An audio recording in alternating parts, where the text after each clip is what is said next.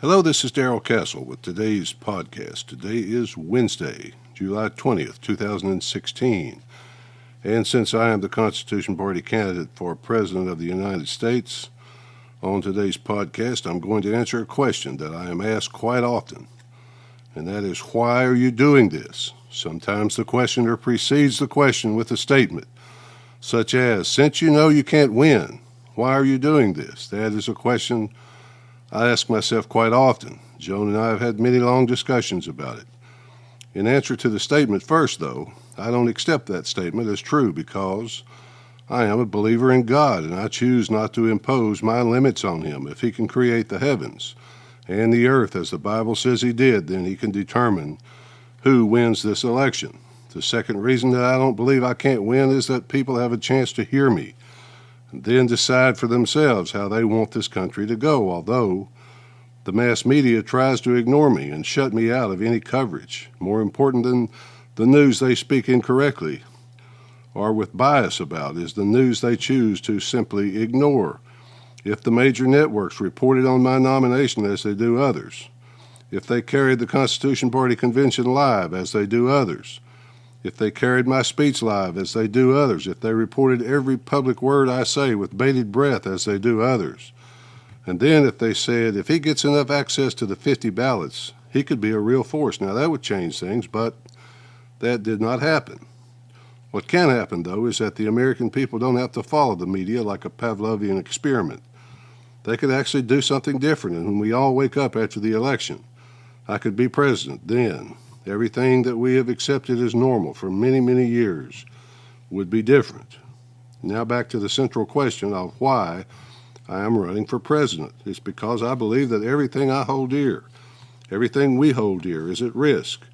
I told a reporter once that I'm trying to save my country, trying to save the republic that I love, but that doesn't go far enough. Civilization itself is at risk. The civilization going back to the Magna Carta is at risk. Let's say that the Magna Carta represents the rule of law before the Constitution was adopted, the concept that the law applies to all and that from the king to the average citizen, all are subject to it, and no one, president or citizen alike, is above it.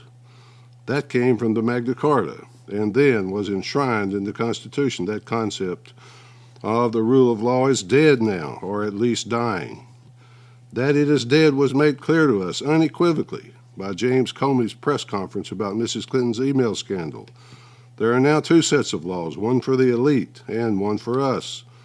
I would use my presidency to reestablish respect for the rule of law. The Constitution itself is dying and will be dead in less than 4 months. Mrs. Clinton obviously has no respect at all for it, and Mr. Trump apparently doesn't even know what it is. He gives it no regard whatsoever. He recognizes no limits on his power. Should he be elected, my election would put a halt to that continuing increase in authoritarian government. I run to limit the power of government in general and the presidency specifically rather than to increase it. The other thing is that is at risk now and will grow with time is the disregard for democracy, defined simply as the right of the people to govern themselves. The Declaration of Independence says that governments derive their just powers from the consent of the governed, but that concept is in serious trouble today. Take the Brexit vote held recently in Great Britain, whereby the British people voted to leave the European Union. Those in favor of continued membership for their own reasons have been screaming ever since. Parliament has scheduled a vote for, I believe, August 5th to determine if the people will be forced to vote again. They make the people vote over and over until they obey. The once sovereign will of the people is no longer respected. The elite in the European Union referred to the people who voted to leave as, quote, ignorant masses and, quote, the crowd, just to show them who runs things. The second example that I can think of is the attempt to disenfranchise many people in the Republican Party by depriving them of their chosen nominee.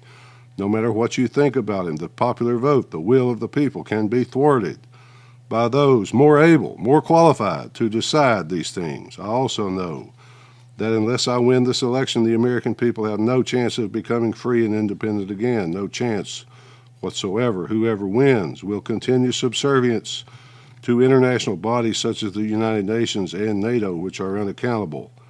to the American people. Whoever wins, if it is not me, will continue the enslavement of the American people to the central banking cartel known as the Federal Reserve. We could take back our monetary system and be free. We could end our indebtedness to the bankers.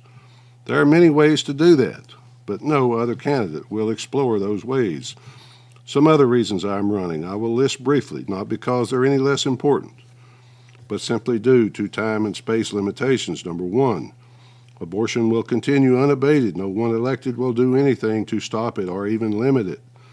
The free trade agreements will continue their offshoring of jobs, their transferring of American sovereignty to foreign corporations and unaccountable bureaucrats. Number three, the march toward a totally socialistic system, similar to that now existing in Venezuela, but with more control, will continue. Number four, rule from above through division below will continue. We will continue to be pitted, one against another, one group against another.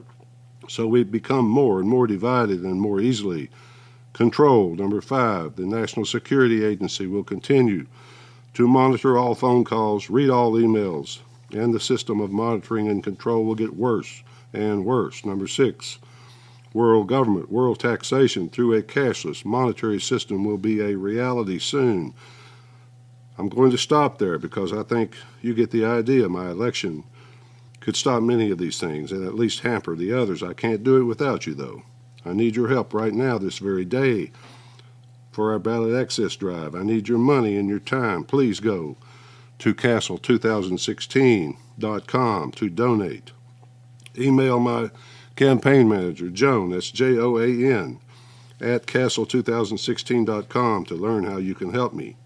Remember, folks, all you have to do to make all these things I mentioned come to pass is nothing. Just do nothing. We can change these things if we stand together, if we work together. Take one step, just one step of faith, and help me. At least that's the way I see it, folks. Until next time, this is Darrell Castle. Thanks for listening.